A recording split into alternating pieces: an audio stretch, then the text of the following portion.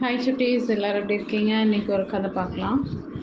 அக்பரோட சபையில் உள்ள ஒரு சில அதிகாரிகள் அவர் சொல்வதற்கெல்லாம் ஆமம் போட்டுக்கொண்டே இருந்தாங்க. இது பீர்பாலுக்கு பிடிக்கல. அதை சிறு தயக்கம் இல்லாமல் அவங்கக்கிட்ட சொல்லவும் செஞ்சார். மேலும் உங்களுக்கு தைரியம் இல்லாததால தான் மன்னரை நாய் போல சுற்றி சுற்றி வர்றீங்க அப்படின்னு சொன்னேன். உடனே அவங்களுக்கு கோபம் வர, நீ மட்டும் தைரியமானவனா அப்படின்னு கேட்டாங்க.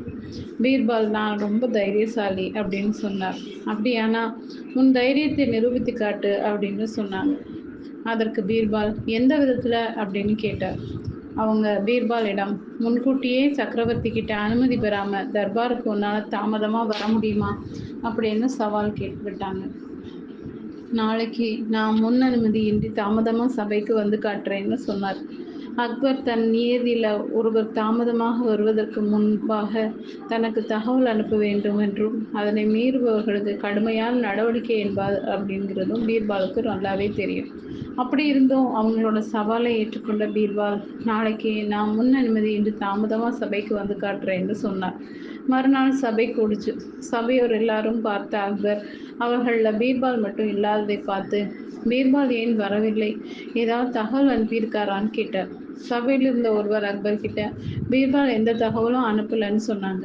காவலாளியை பார்த்து பீர்பால் வீட்டில் சென்று பார்த்து வர சொன்னார். பீர்பால் வீட்டுக்கு போயிட்டு வந்த காவலாளி, பிரபு, அவருடைய குழந்தை அழுது அடம்பிடிக்கிறதாம், அதை சமாதானப்படுத்திய பிறகு வருவதாக சொன்னார். அக்பர், இது நம்புகிற மாதிரி இல்லை, பீர்பால் உடனே இங்கு ஆஜராக வேண்டும் அப்படின்னு கட்டளை பிறப்பிக்கும் போதே பீர்பால் அவசர அவசரமாக சபைக்குள்ள நுழைஞ்சார். என்னை மன்னிச்சிருந்த பிரபு, நான் காலையில் எழுந்தவுடன் என் குழந்தை கரும்பு வேண்டும்னு சொன்னான். வாங்கி கொடுத்தேன். அதை பிழிந்து சாறு எடுத்து ஒரு கோப்பையில் ஊற்றி கொடுக்க சொன்னான். நானும் செஞ்சேன். உடனே கோப்பையிலேருந்து கரும்பு சாற்றை தரையில் கொட்டிவிட்டு தரையில் ஓடும் சாற்றை மீண்டும் கோப்பையில் எடுத்து தர சொல்லி பிடிவாதம் செஞ்சுது. அது என்னால் எப்படி முடியும்? அது முடியாத காரியம் அப்படின்னு சொன்னாலும் கேட்கல. அதனால தான் சபைக்கு வர தாமதமாயிடுச்சுன்னு பீர்பால் சொன்னார். ஒரு குழந்தையை சமாதானப்படுத்த சாமர்த்தியமற்ற உன்னை போய் பிரதமராக்கி ஆலோசகராக நியமிச்சிருக்கேன்னு கேலியா பேசினார். அதற்கு பீர்பால், நான் இப்போது ஒரு குழந்தை போல நடிக்கிறேன், நீங்க என்னை சிரிக்க வைங்க பார்க்கலான்னு சொன்னார். அதற்கு அக்பரும் சம்மதிச்சார். பீர்பால் தரையில் படுத்து குழந்தை போல அழத் தொடங்கினார். அழாதே பாப்பா, உனக்கு என்ன வேண்டும் சொல், வாங்கி தர்றேன்னு சொன்னான். எனக்கு தங்க மோதிரம் வேணும் அப்படின்னு கேட்க, அக்பர் தன் கைவிரல் அணிந்திருந்த மோதிரத்தை கொடுத்தார். பீர்பால் மேலும் அழத் தொடங்கினார். அக்பர் வேறு என்ன வேணும்னு கேட்க, எனக்கு ஒரு யானை வேணும்னு சொன்னார். உடனே அக்பர் யானை ஒன்றை வரவழைச்சு பீர்பால் கிட்ட கொடுத்தார்.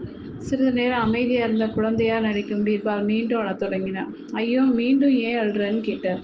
அதற்கு, இந்த மோதிரத்தினுள் யானை நுழைஞ்சு வெளியே வரணும்னு கேட்டு கத்தினார். அக்பர், ஐயோ, உன்னை என்னால் சமாதானப்படுத்தவே முடியாது அப்படின்னு சொன்னான். இப்போவாது புரிஞ்சுதா பிரபு, அடம்பிடித்து அழும் குழந்தையை சமாதானம் செய்கிறது ரொம்ப ரொம்ப கடினம் அப்படின்னு சொன்னார் பீர்பால். அதை கேட்டு விழுந்து விழுந்து சிரித்த அக்பர், பீர்பால், நீ சொல்வது 100% உண்மைதான் அப்படின்னு ஒப்புக்கொண்டார். பீர்பாலுக்கு தண்டனை கிடைக்கும் அப்படிங்கிற ஆவலோடு எதிர்பார்த்திருந்த அதிகாரிகள் ஏமாற்றம் அடைந்தாங்க. பீர்பால் தைரியமாக போட்ட சவாலில் சாதாரணமாக ஜெயிச்சிட்டார். ஓகே சுட்டீஸ், இந்த கதை பிடிச்சிருந்தா லைக் பண்ணுங்கள், சப்ஸ்கிரைப் பண்ணுங்கள், ஃப்ரெண்ட்ஸ் அண்ட் ஃபேமிலிக்கு ஷேர் பண்ணுங்கள். கூடவே இந்த பெல் ஐக்கானையும் கிளிக் பண்ண மறக்காதீங்க. பாய்.